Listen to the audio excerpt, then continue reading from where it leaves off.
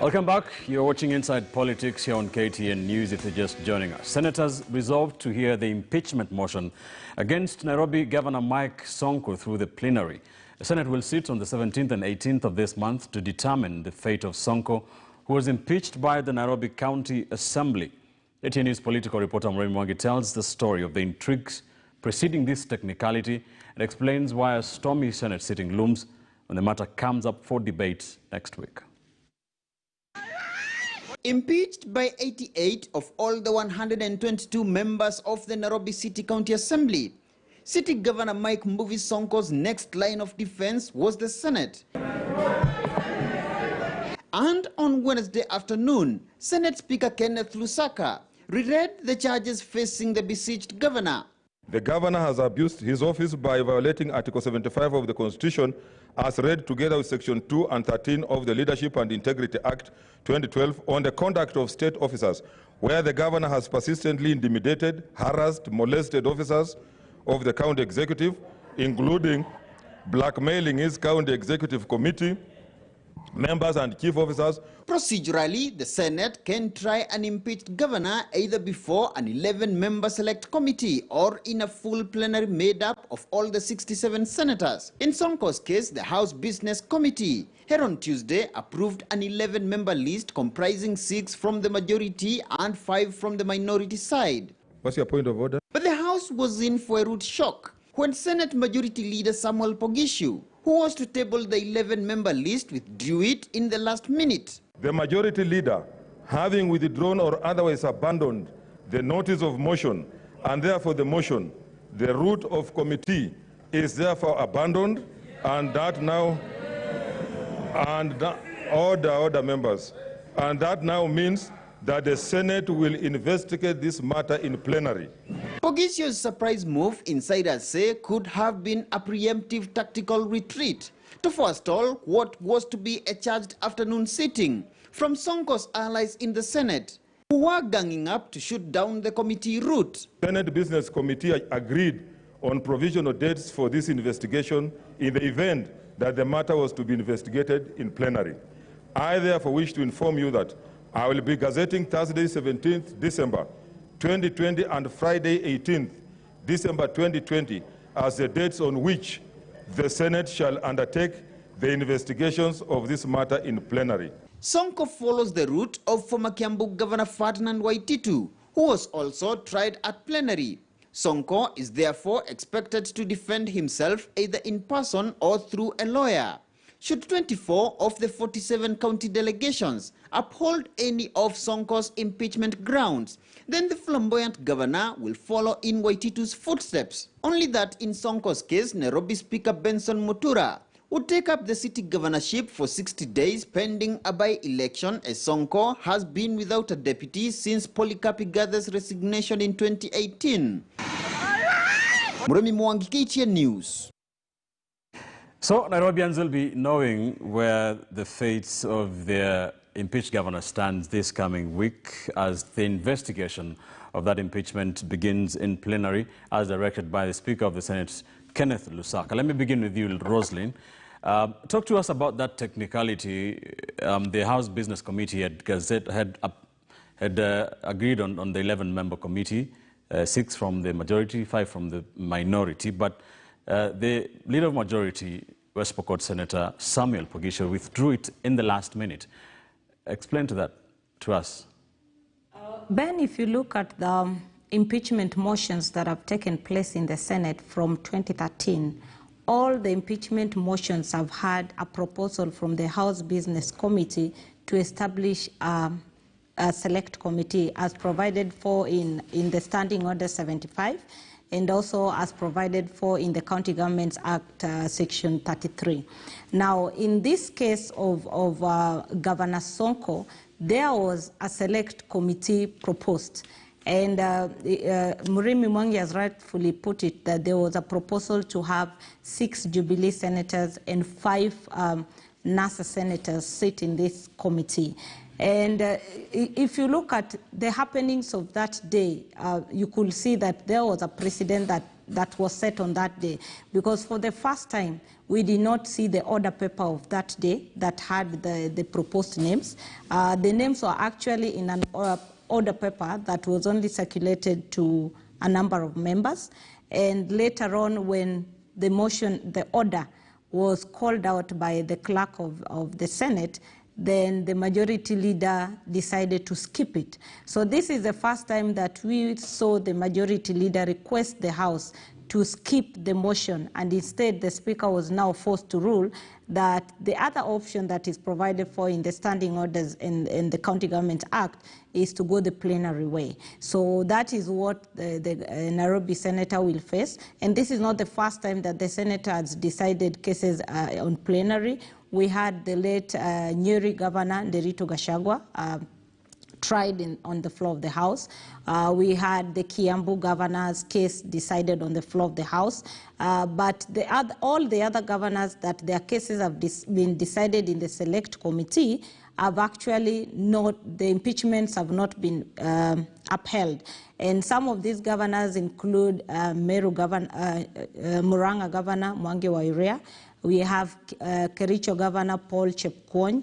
We have the recent Taita Taveta Governor's grandson Samboja, who was saved. We had the former Deputy Governor Machakos Bernard Kiala, who also survived the same. So, and then we had Kirinyaga Governor Anne Waiguru, who a case also went through the select committee. Now, the reason why senators are not comfortable with the select committee is that the committee has the power to uphold or dismiss these charges if we have 6 senators in support or 6 senators opposed to it. Now, once the report is brought back to the House, the only thing the House can do is to take notes and not debate, to take a vote. So this is why senators prefer the entire House, because there they are able to put to vote 47 as opposed to 6 members of that committee deciding the fate of the governor. All right. Kipchumba, what do you think about Mike Sonko and the trial, the investigation and trial of his impeachment? Well, whereas Ben, I do not agree with his style of leadership and his caliber and pedigree as a leader. When you are the person in charge of Nairobi, you need to have a degree equivalent or in the same level with that of the President of the Republic. But be it as it may, the problem lies to the parents of the child, who is Jubilee. When we come now to the process of removing Sonko, whereas I do not agree with how Sonko has conducted himself as a governor and as a leader since he came in, punching the door and doing all manner of things, there is something that you must give it to Sonko and must be given to every Kenyan. That is, he must be removed in a judicious manner, in a manner that upholds the rule of law. You cannot use Gestapo and Machiavellian ways to get a governor out of office when there is a laid down procedure of how to remove a governor. I was where Sonko is when we were undergoing through the Waititu impeachment, and the same thing happened. The same way, the shenanigans are the same, where numbers are all of a sudden just added up where there is none. We all of us saw in the social media and mainstream media, Sonko was with 57 MCAs in a place in Kwale or somewhere. And there is the discussion that there are people whose mobile phones or electronic gadgets were hacked and that was used. But that is a discussion for another institution. What we must, and we must urge Senate to do, is to make sure that we do not use impeachment as an affront of killing devolution. If today you differ with some people within the court of the president and they think you are not fit because their interest and your interest do not converge at a point, we will misuse impeachment. Impeachment is supposed to be used in a judicious manner, in a manner that both guards and in a manner that protects devolution. And also, Sonko as a Kenyan is supposed to be accorded fair trial and fair justice. And this demands that you cannot just get Sonko as though we operate in a legal vacuum. One, and I think, and I hope somebody has gone and filed a preliminary objection in Senate, because from the facts that we have seen, the threshold was not achieved. If 57 members were not there in an assembly of 122 members, where are the rest? You cannot get 50. You cannot get the 2/3, the constitutional threshold. So what we need to do, and what message are we sending? Are we sending a message that if tomorrow there is a difference between somebody in the executive and a governor, all we need to do is just get some MCAs, go to the assembly, use all manner of things and get the impeachment through? I think what we need to do, and the avenues available for Sonko are two. Although the Senate has been really conservative in obeying court orders that are given in process when the impeachment process is continuing, Sonko ought to go and file a preliminary objection in Senate about the fulfilling of the constitutional threshold as set out in the Constitution, and also the individual MCAs who feel or believe that their credentials were compromised and voted in a process that they were not in. We need to go. And maybe as a finality also, Ben, there is a discussion Ledama Olekina had on that day when this discussion on impeaching Sonko came up. This issue of electronic voting, we cannot just allow electronic voting to be done in an haphazard manner where we do not see. Parliament ought to be a house of record. All house of parliament, be it a county assembly, national assembly, or senate, must be houses that can be held responsible, so that we do not push the houses of parliament to the indignity of having to prove who hacked into a member's account or credentials and use them to vote. Sonko's defense team has this in mind, and they will have their chance. Both parties have until tomorrow, that is to file their objections or any evidence they have with the office of the clerk before the Senate sits on Tuesday.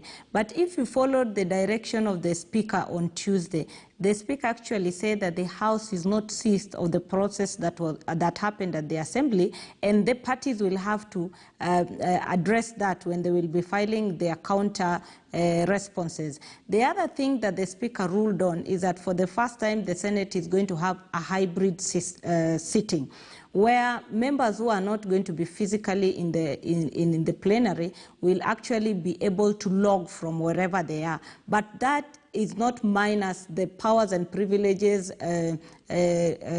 immunities that they enjoy. They will enjoy from where they are. Whatever they say, they will enjoy from where they are. But they must stick to the Speaker's rules. That is the attires that are required. If it is a suit, they must be in a suit. If it is a lady, they must dress like they are in the plenary. All right.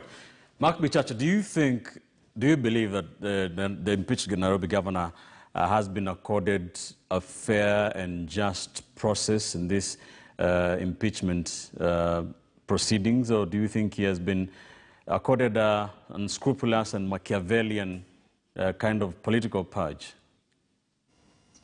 You know, I'm smiling to myself because I am wondering who is more stealthy, more cunning than the prison prefect himself, embodied in the person of Mike Gideon Buvi Sonko.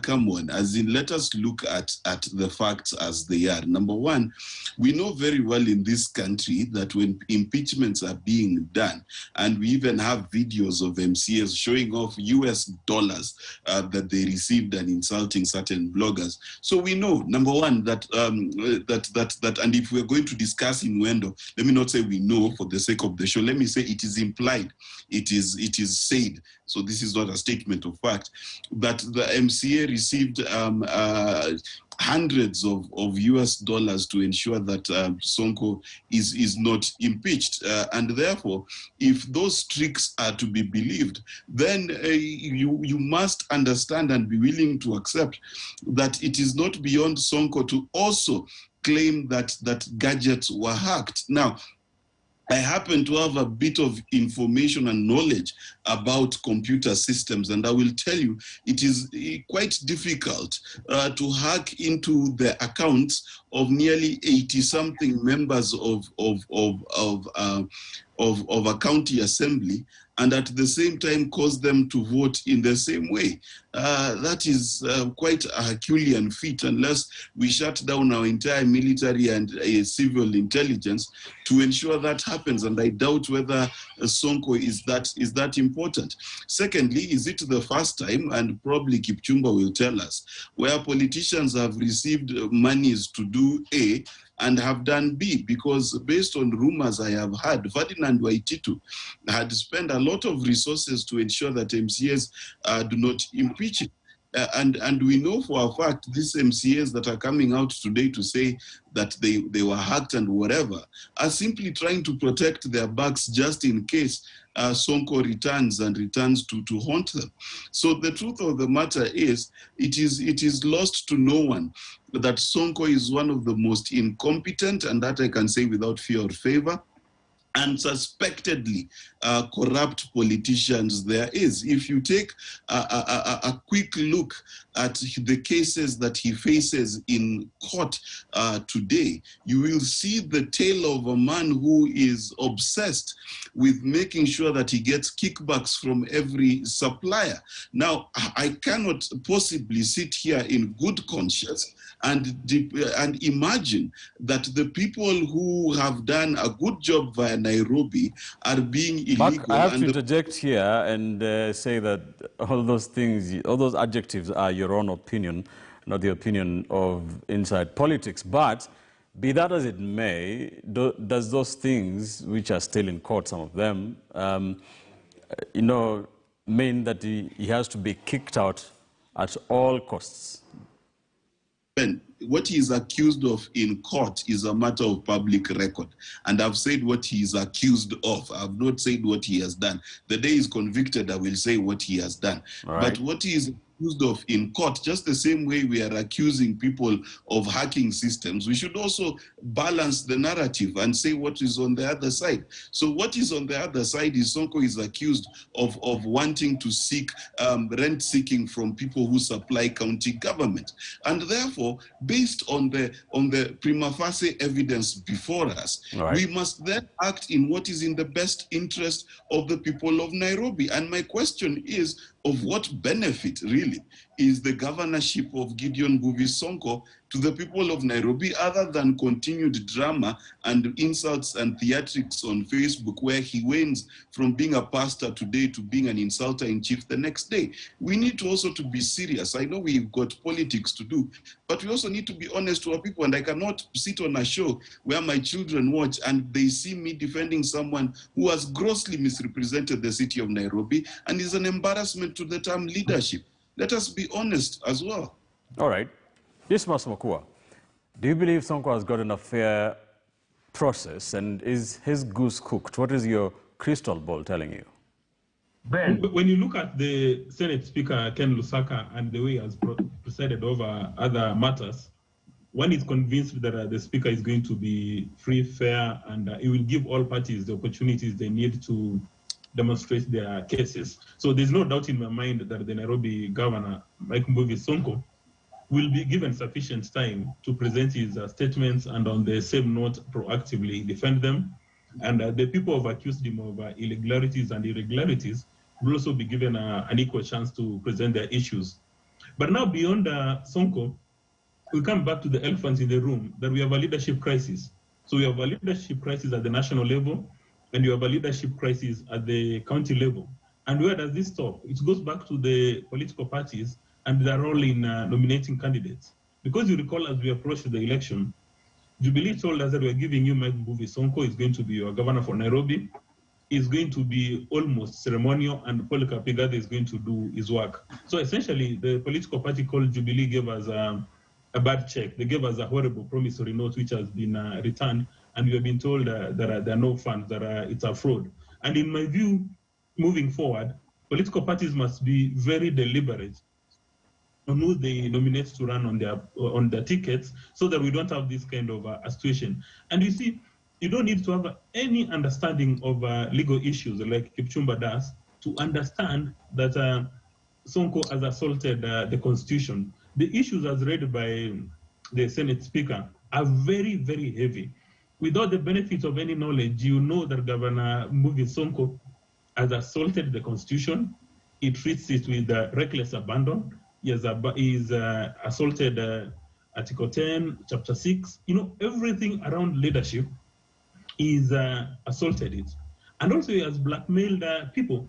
That's even the reason why some people, I mean, when they're requested to discuss a movie Sonko, they do it in very low tones because they know that he has got capacity to blackmail people, he has got capacity to intimidate people. But looking at the global picture, Kenyans must be very careful as we approach 2022 to look at somebody's track record before taking a decision. Because, you know, people are not going to change midway.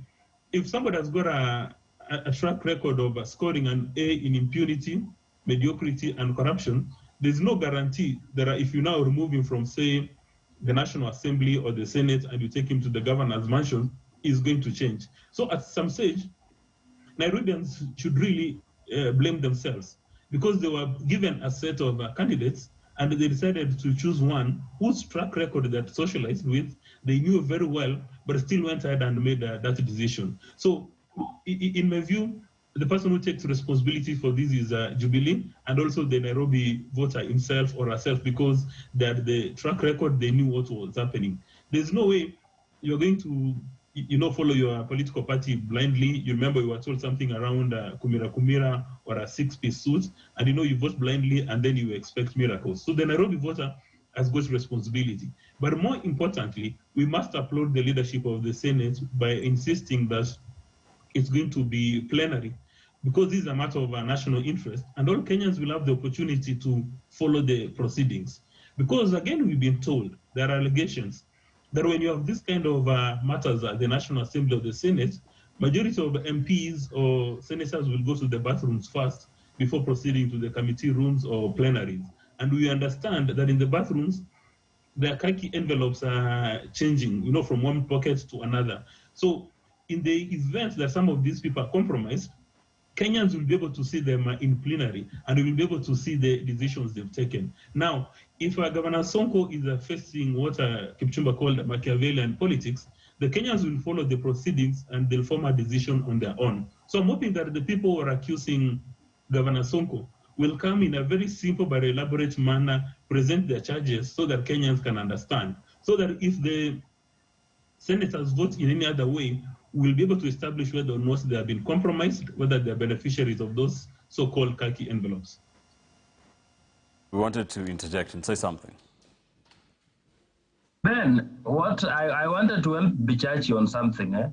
Whereas his children are watching and he must not defend all those he believes or presume that they have done wrong, it is also incumbent upon Bichachi to teach his children that they must defend the right of everybody to go through a procedure as enshrined in Article 49. Presumption of innocency and issues of you are guilty, you are innocent until proven guilty. I do not, Ben, let me say, I have not acted as judge and condemned Sonko to any prison. I personally wish that he would go to prison. He says he was very excellent in prison as a prefect.